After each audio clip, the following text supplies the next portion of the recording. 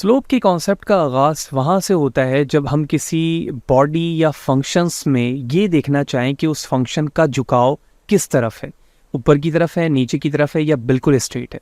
लेकिन जब हम इंस्टेंटेनियस रेट ऑफ चेंज की बात करते हैं तो इसका मतलब यह है कि स्लोप ऑफ टेंजेंट की बात हो रही है, जो नॉर्मली किसी कर्व फंक्शन के अंदर इस्तेमाल किया जाता है। क्यों हम टेंजेंट का डेरिवेटिव मालूम करना चाहते हैं? इसकी वजह यह है कि हमें ये देखना होता है कि किसी स्पेसिफिक पॉइंट पे फंक्शन की चेंजिंग किस तरह से हो रही है, जिसे हम इंस्टेंटेनियस रेट ऑफ चेंज कहते हैं। इसी चीज़ को डिफरेंट मॉडल्स के अंदर, स्पेशली मशीन लर्निंग के एल्गोरिथम में इस्तेमाल किया जाता है ताकि फंक्शंस की ग्रोथ के वक्त, ठीक है, यानी किसी स्पेसिफिक पॉइंट पे किस तरह से बदलाव आ रहा है, चेंजिंग आ रही है, उस चीज़ के लिए हम टेंजेंट के डेरिवेटिव को मालूम कर रहे होते हैं।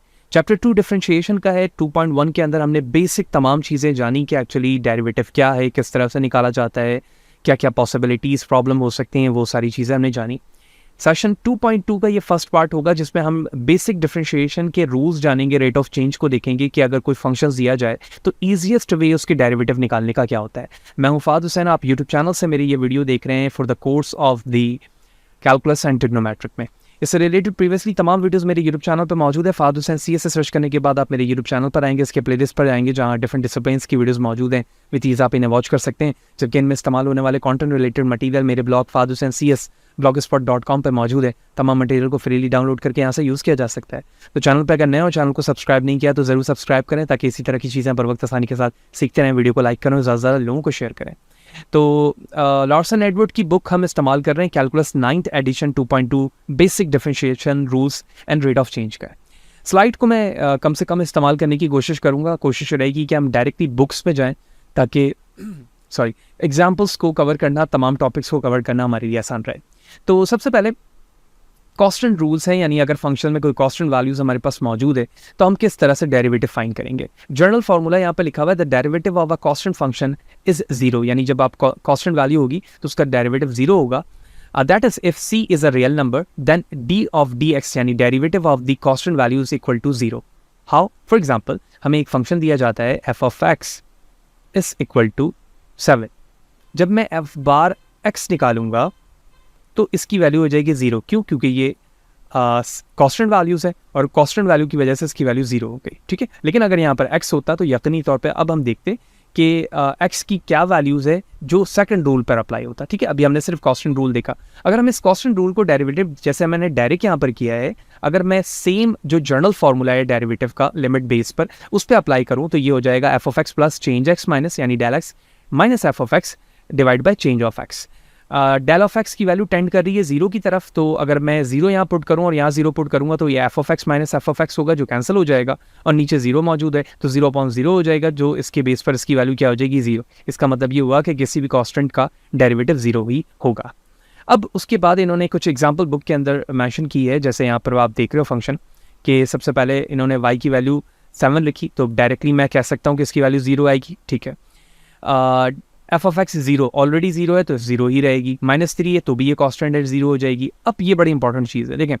अब अगर यहाँ पर k की वैल्यूज़ अगर मैं निकाल रहा हूँ और पाई, क्योंकि ये पाई और k जो है, ऑल्दो पाई की वैल्यू भी एक कांस्टेंट ही कंसीडर होती है 3.14 समथिंग, जबकि हम यहाँ पर ये फंक्शन को देखना चाहेंगे, ये फंक्शन किसके बेस पे निकाला जा रहा है। अगर वो k के बेस पे निकाला जा रहा है तो डायरेक्टली मैं वहाँ पर जीरो लिख सकता हूँ, क्योंकि पाई भी जीरो है तो डायरेक्टली ये दोनों ही वैल्यू जीरो हो जाएगी, तो y बार क्या आ जाएगा, जीरो। लेकिन अगर x होता तो फिर x की वैल्यू जीरो होती और उसके बाद यानी k की वैल्यू जीरो होती और वो मल्टीप्लाई हो जाती x के साथ, तो भी वो जीरो हो जाती। ये पॉइंट भी अभी हम आगे जाके देखेंगे। अब एक कुछ हमारे पास कॉन्जेक्चर्स, वो क्या है, using the definition of the derivative given 2.1 to find the derivative of each function, what pattern do you see? Use your result to write a conjectures about the derivatives of the function f of x to power n। यानी जब आप इस तरह के functions को देखते हैं तो आप उसे किस तरह से पैटर्न्स बनाते हैं या उसकी अंडरस्टैंडिंग किस तरह से होती है। बुक के अंदर ये सारी चीज़ें बताई गई हैं, लेकिन मैं इस स्टेप पे ईजिएस्ट वे बताऊंगा कि जब हमारे पास x की यानी डिपेंडेंट वैल्यूज़ होती है जिसके बेस पे हमें डेरिवेटिव निकालना होता है, हम सबसे पहले उसकी पावर देखते हैं। उस पावर की वैल्यू को उस वेरिएबल का कोफिशिएंट बनाते हैं और उसके बाद पावर में से 1 सब्ट्रैक्ट कर देते हैं। कैसे? देखो, अगर मैं इसकी बात करूँ ना, इस पे पावर मौजूद है 1, तो 1 को मैंने कोफिशिएंट बनाया, x वैसे ही रहा। अब 1 में से जब मैं 1 सब्ट्रैक्ट कर दूंगा तो उसकी वैल्यू क्या हो जाएगी, जीरो। किसी भी वेरिएबल नंबर के ऊपर जीरो तो किसके बराबर होता है, 1, तो इसका डेरिवेटिव क्या आ गया, 1। राइट। नेक्स्ट वन x2, 2 जो है वो मैंने इसका कोफिशिएंट बनाया, x की वैल्यू 2 थी, 2 - 1 बराबर होगी 1 की, तो मैं डायरेक्ट लिख सकता हूँ 2 की power x, that is simple. ये हो जाएगा डायरेक्टली 3x², ठीक है। ये x -1, तो मैं -1 को पहले लाऊंगा, तो ये हो जाएगा -1 -1 -2, राइट, ठीक है। 1/2 सेम लॉजिक के साथ, x4 सेम लॉजिक के साथ। होप यू अंडरस्टैंड कि कंजक्चर्स पैटर्न वाइज मैंने इन फंक्शंस के डेरिवेटिव कैसे निकाले। फर्दर बुक्स के अंदर इन्हीं कंजक्चर्स को सॉल्व करके दिखाया जा रहा है कि अगर वो पावर रूल्स पे मौजूद हो तो वो किस तरह से आएंगी। जैसे x प्लस डेल एक्स का स्क्वायर था, तो स्क्वायर पहले आ गया, पहले तो इसे ओपन कर दिया गया a प्लस बी के होल स्क्वायर से, a² + b² 2ab, और क्यूब को ओपन कर लिया गया। उसके बाद जिस फंक्शंस के बेस पर भी आप उसे इस्तेमाल कर रहे हैं वो रूल अप्लाई करेंगे। अगर सिंपली आप बेसिक रूल देखें जिस तरह कांस्टेंट का रूल था, तो अगर मैं डेरिवेटिव निकाल रहा हूँ x टू पावर n का, तो n पहले आएगा और x की पावर में से 1 सब्ट्रैक्ट हो जाएगा। देखें वही रूल अप्लाई हो रहा है, और इसी रूल को अभी हमने बाकी फंक्शंस पे अप्लाई किया जो टॉप पर मौजूद थे, ठीक है। तो अगर मैं जर्नल रूल्स पर अप्लाई करूं प्रूफ के लिए, ठीक है, आप इसे पढ़कर भी समझ सकते हैं, हम कई दफ़ा इस प्रूफ को बार बार रिकॉल कर रहे हैं, तो आई एम श्योर कि ये प्रूफ आपको समझने में आसानी होगी। अब कुछ एग्जांपल्स हैं यहाँ पर, जैसे अगर आप इस रूल पे देखें, जैसे y की पावर x है, तो y की पावर x यहाँ पर डायरेक्टली 1 लिखी गई है। क्यों? क्योंकि ये चीज़ मैंने टॉप पर बताया आपको कि जब हमारे पास फंक्शन की वैल्यू यहाँ पर 1 थी, ठीक है, 1 थी, तो ये वैल्यू डायरेक्टली क्या आ गई थी 1। क्यों? क्योंकि x की पावर 0 हो गई थी, और 0 बराबर होगा 1 के पावर के बेस पर। तो यही वजह है कि यहाँ पर भी इसकी वैल्यूज़ क्या बताई जा रही है 1, ठीक है, bye using a power rule. Hope you understand, very simple think है, ठीक है। यही वजह है कि मैं बुक से डायरेक्टली बता रहा हूँ ताकि हर एक टॉपिक आपको समझने आसान रहे। x³ सिंपली अगर मैं बताऊँ 3x² हो सकता है। कैसे? पावर पहले आ गया, पावर में से एक सब्ट्रैक्ट हो गया, तो 3x2 यानी x²।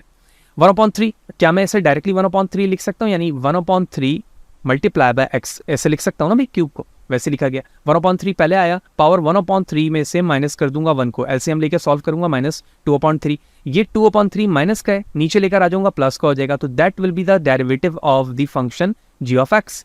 1/x² को मैंने किया, -2/x क्यूब आ गया, ठीक है। So these are the basic understanding how you can find the derivative of the functions in a form of the power and constant rule. Constant पहले देखा, उसके बाद हमने पावर देखा है। So there is another thing, given 1/x², इसको इस तरह से लिखा जा रहा है, तो बिल्कुल सिंपल है। डिनोमिनेटर से ऊपर की तरफ वैल्यूज जाएगी, पॉजिटिव नेगेटिव हो जाएगी, नेगेटिव पॉजिटिव हो जाएगा, और डिफरेंशिएट 2 अगर ये कांस्टेंट के साथ था तो मैंने क्या किया, माइनस को सेपरेट किया 2 और डिवाइड कर दिया x³ से, तो ये x -³ की वैल्यूज थी, नीचे की तरफ आई तो पॉजिटिव हो गई, ठीक है। तो इस तरह से जब आप कर रहे होंगे तो समझना और से सॉल्व करना आसान रहेगा। So finding the slope of the graph, the function is x4, ठीक है। तो इस x4 को हमने स्लोप इसका मालूम करना है। फर्स्ट में x की वैल्यू -1 पे, एक दफ़ा x की वैल्यू 0 पर, और एक दफ़ा x की वैल्यू 1 पर, यानी 1 -1 और 0। अगर हम x⁴ को प्लॉट करें तो ये कुछ इस तरह से होगा। अगर मैं 0 0 की बात करूं, यानी x की वैल्यू 0 ये रही, x की वैल्यू 1 ये रही, और x की वैल्यू -1 ये रही। तो प्लॉट में अगर आप टेंजेंट इसके देखें तो टेंजेंट लाइन कुछ ये रही फर्स्ट के लिए, ये रही सेकंड के लिए जिस पॉइंट से जा रही है, और इसके लिए जा रही। तो मैं हॉरिजॉन्टल एंड वर्टिकल को डायरेक्टली अलॉट कर सकता हूँ कि वो 0 है, तो मुझे इसमें तो ज़्यादा जाने की ज़रूरत नहीं है, मैं डायरेक्टली 0 लिख सकता हूँ, ठीक है। अच्छा, अब हम डायरेक्टली अगर इस फंक्शन में आए x4 पे, तो x4 का डेरिवेटिव सबसे पहले क्या होगा सर? x4 का डेरिवेटिव होगा 4x³, यही होगा ना भाई, फर्स्ट डेरिवेटिव, ठीक है। अब ये फर्स्ट डेरिवेटिव जब मैंने निकाल लिया, अब मैं इसमें वैल्यू पुट करूंगा सबसे पहले -1। तो जब मैं -1 पुट करूंगा तो -1 का क्यूब हो जाएगा -1, तो -1 मल्टीप्लाई बाय 4 हो जाएगा -4। ये हो गया पहले का आंसर। सेकंड, 4x³ पर अब मुझे पुट करना है +1, तो +1 का मतलब है x³ 1 ही रहेगा, तो ये डायरेक्टली मैं यहाँ लिख सकता हूँ 4, ठीक है। अगर मैं थर्ड वाले पर 4x³ की वैल्यू 0 पुट करूं तो 0 का क्यूब 0 ही रहेगा, 0 जब 4 से मल्टीप्लाई होगा 0 हो जाएगा, तो that will be the answer. यही आंसर्स यहाँ पर दिखाया जा रहा है। So that will be the solution of the function. किसी फंक्शन का स्लोप निकालने के लिए सबसे पहले आप उस कर्व लाइन का डेरिवेटिव निकालेंगे, और डेरिवेटिव निकालने के बाद उस वैल्यूज को उसमें पुट करेंगे जिसके बिहाफ पर आपने स्लोप निकालना है। Hope you will understand. Another thing, finding the equation of the tangent line. अब equation of the tangent line पर हमें कहा जा रहा है कि find the equation of the tangent line to the function x² when x = -2। सबसे पहले तो x² का मैंने प्लॉट कर दिया यहाँ पर, जैसे बुक पे मौजूद है। अब मुझे टेंजेंट लाइन मालूम करनी है कब, जब x की वैल्यू -2 है। ये रही वैल्यू x की वैल्यू -2। जब मैं यहाँ गया तो ये मुझे मिल गया, और जब मैंने यहाँ पर x की वैल्यू पे देखा y क्या है तो मुझे पता चला कि वो 4 है, तो मैंने एक कोऑर्डिनेट्स फॉर्म पे यहाँ पे लिख दिया भाई -2, 4, राइट, ठीक है। फंक्शन था हमारा x²। जब मैं x² का f बार x करूंगा, यानी मैं डेरिवेटिव निकालूंगा, तो इसकी वैल्यू हो जाएगी 2x, ठीक है। अब मैं जब x की वैल्यू -2 यहाँ पर डायरेक्टली अगर पुट करूंगा तो ये हो जाएगा -2, और -2 मल्टीप्लाई बाय 2 हो जाएगा -4 के। Is it clear? तो -4 मैं यहाँ पर लिखूंगा और ये इसकी वैल्यू आ जाएगी -4। उसको काटते हैं, ठीक है। So here this is the slope of a graph at -2 and 4, ठीक है। That is the solution.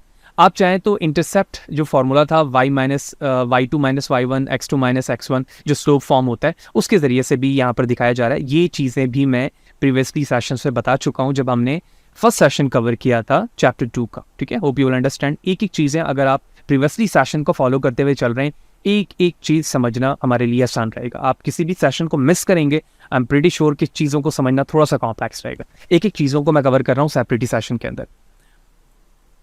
Okay, rules पे वापस आते हैं। कांस्टेंट रूल अभी हमने देखा कि सिंपली अगर कांस्टेंट हो तो वो क्या होता है। अब है हमारे पास द कांस्टेंट मल्टीपल रूल। ये बड़ी इंपॉर्टेंट चीज़ है। देखें, अगर हमें कुछ फंक्शन इस तरह से मिलता है 2x³, ठीक है, एक फंक्शन दिया गया। अब सवाल ये है कि मैं इसका डेरिवेटिव निकालना चाहता हूँ, ठीक है। अब डेरिवेटिव पे 2 का नहीं निकाल सकता, क्योंकि देखें जब सिर्फ 2 होता है तब मैं 2 का निकालता हूँ। इस वक्त डेरिवेटिव है d/dx का, इसी तरह से लिखते हैं ना भाई डेरिवेटिव में। अब यहाँ पर x मौजूद है तो मैं x का निकालूंगा। जब x होगा ही नहीं तो यहाँ पर सिर्फ कांस्टेंट वैल्यू होती है, और कांस्टेंट का रूल बता रहा है कि वो 0 है, ठीक है। अब इस कांस्टेंट वैल्यू को मैं बाहर ले जाऊंगा यहाँ पर, तो मैं लिखूंगा 2d/dx और उसके बाद x³ लिख दूंगा। इसका मतलब ये हुआ कि इस कांस्टेंट पार्ट को मैंने सेपरेट कर लिया। क्यों? क्योंकि ये कांस्टेंट मल्टीपल रूल है। अब इस x³ का क्या हो जाएगा भाई डेरिवेटिव? सर इसका हो जाएगा 3x², जबकि 2 बाहर मौजूद है, तो 3 2 6, 6x² will be the derivative of this function that is said to be a constant rule, ठीक है। हमेशा याद रखना है हमें। इसी चीज को डेफिनेशन के रिस्पेक्ट से दिखाया गया कि c ऑफ f(x) बराबर है c मल्टीप्लाई बाय f(x), ये रहा f(x) और ये रहा c, ठीक है। इसी चीज़ को जर्नल फॉर्मूले पे प्रूव करके दिखाया गया कि एक्चुअली ये कैसे आ रहा है, ठीक है। ये हम कई दफ़ा रिकॉल कर चुके हैं। अब इसकी एग्जांपल्स देखेंगे, ये बात हमें बिल्कुल क्लियर हो जाएगी। देखो इस फंक्शन में देखो 2/x लिखा हुआ है ना। अगर मैं 2/x को d/dx के रिस्पेक्ट से देखूँ तो ये हो जाएगा 2 अलग, और उसके साथ मल्टीप्लाई पे मैं लिख सकता हूँ 1/x, बात वही है। तो ये 2 सेपरेट कर सकता हूँ, ठीक है। 2 बाहर ले गया, d/dx 1/x, ठीक है। अब इस x पर वैल्यू क्या है? +1। सर ऊपर ले जाऊंगा क्या हो जाएगा? सर ऊपर लेके जाएंगे तो ये हो जाएगा 2d/dx x⁻1। सर x⁻1 का डेरिवेटिव निकाल लेते हैं। -1 पहले आ जाएगा और इसकी वैल्यू हो जाएगी -2, ठीक है। तो -1 जब 2 से मल्टीप्लाई हो जाएगा तो उसकी वैल्यू हो जाएगी -2 1/x²। अब मैंने इस x-2 को नीचे की तरफ लेकर चला गया तो मैं इस तरह से लिख सकता हूँ ना भाई। तो ये हो गया हमारा derivative of this initial function. देखें इसी चीज को यहां पर सॉल्व करके दिखाया गया, and that will be the answer. Same logic 4t² 5 के लिए 4/5 को सेपरेट कर दूंगा, t² को करूंगा तो 2 की वैल्यूज पहले आएगी, 2t हो जाएगा। देखो यहां पर यही आंसर आ रहा है, 2 मल्टीप्लाई हुआ 4 से तो 8 हो गया, that will be the answer. 2 radical function square यानी square root of x, square की जगह मैं इस तरह से लिख सकता हूँ 1/2। देखो वही लिखा गया, डेरिवेटिव निकाला 1/√x आ गया।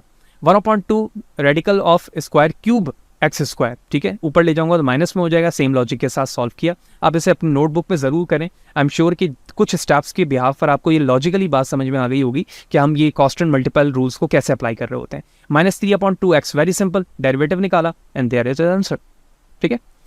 So the constant multiplier rules or the power rules can be combined into one rule. This combination rule is in this syntax. यानी यहाँ पर constant rule को और power rule दोनों को मिलाया गया, तो उसे मैं इस syntax पे या expression पर equations form पर इस तरह से लिख सकता हूँ, ठीक है। Hope you understand कि constant rule क्या है, power rule क्या है और constant multiple rule क्या चीज़ है। आगे चलेंगे। अब है हमारे पास पैरेंथेसिस व्हेन डिफरेंशिएशन, ठीक है, यानी अगर हमें ब्रैकेट में वैल्यूज़ दी जाए तो वहाँ पर हमें फंक्शंस को डिफरेंशिएट करना या समझना आसान रहेगा, यानी ओरिजिनल फंक्शन को रीराइट कर लें। ये बड़ी इंपॉर्टेंट चीज़ है। वैसे मैंने रीराइट को यहाँ पर करके दिखाया है, अगर आपने इसको बगौर देखा हो कि मैंने फंक्शंस को रीराइट यहाँ पर किया है। रीराइट से मुराद ये कि उसकी वैल्यूज़ को सेपरेट करके दिखाया है ना भाई, ये देखो, इसे मैंने d/dx पे सेपरेट कर दिया था, 2 को इधर ले आके x³ को सेपरेट कर दिया था, ठीक है। बुक में इन्होंने यहाँ पर सेपरेट बताया हुआ है, ठीक है। इसमें क्या किया जा रहा है, अगर आप देखें, I am going to zoom it now. ये फंक्शन है हमारे पास 5/2x³। अगर x³ को मैं सेपरेट कर लूँ तो x की वैल्यू ऊपर जाके -x³ हो जाएगी, ठीक है, और उसके बाद मैं इसका डेरिवेटिव निकालूंगा और इसकी सिंप्लीफाई वैल्यू आ जाएगी, ठीक है। इसी तरह 5/2x³ पे हो जाएगा। अच्छा, यहाँ पर बड़ी इंपॉर्टेंट चीज़ है, क्यूब जब मैं 2 पे अप्लाई करूंगा तो वो 8 हो जाएगा, तो 5/8 को मैंने सेपरेट कर लिया, x के ऊपर 3 रहेगा, पॉजिटिव का ऊपर जाएगा नेगेटिव हो जाएगा, फिर मैंने डेरिवेटिव अप्लाई किया, आंसर आ गया। That is very simple. यही चीज़ हमने C और D के लिए भी किया गया, ये रीराइट किया जा रहा है, यहाँ पर डिफरेंशिएट किया जा रहा है और सिंप्लीफाई यहाँ पर उसका आंसर लिखा जा रहा है, ठीक है। The next one, the sum and difference rule, ठीक है। जिस तरह से पावर रूल अप्लाई करते हैं, इसी तरह सम एंड डिफरेंस रूल भी अप्लाई किया जाता है। जिस तरह हमने लिमिट पे सम रूल देखा था, इसी तरह डेरिवेटिव पे भी होता है। अगर मुझे दो फंक्शन दिया जाए f(x) और g(x) और इन दोनों को मुझे डेरिवेटिव करने के साथ साथ सम भी करना होगा, तो पहले मैं इनका डेरिवेटिव निकालूंगा f(x) का और g(x) का। जो डेरिवेटिव वैल्यूज आएगी उनको मैं यहाँ पर क्या कर दूंगा, ऐड कर दूंगा। सेम लॉजिक ये किया जाएगा, डेरिवेटिव f(x) एंड g(x) निकाला जाएगा और उसके बाद सब्ट्रैक्ट कर दिया जाएगा। ये जर्नल फॉर्म है प्रूफ के लिए। सेम जो रूल हम अप्लाई करते हैं डेरिवेटिव के लिए वो यहाँ पे मैंने अप्लाई किया, और बिहाफ ऑफ दिस हमने इसे प्रूफ करके भी देख लिया कि सम रूल पर f(x) + g(x) किस तरह से आ रहा होता है। एग्जाम्पल देखते हैं। तो इन दो एग्जाम्पल से हमें सम एंड डिफरेंस रूल का बड़ा अच्छा आइडिया हो जाएगा। अगर आप फंक्शन देखें तो फंक्शन दिया गया x³ - 4x + 5।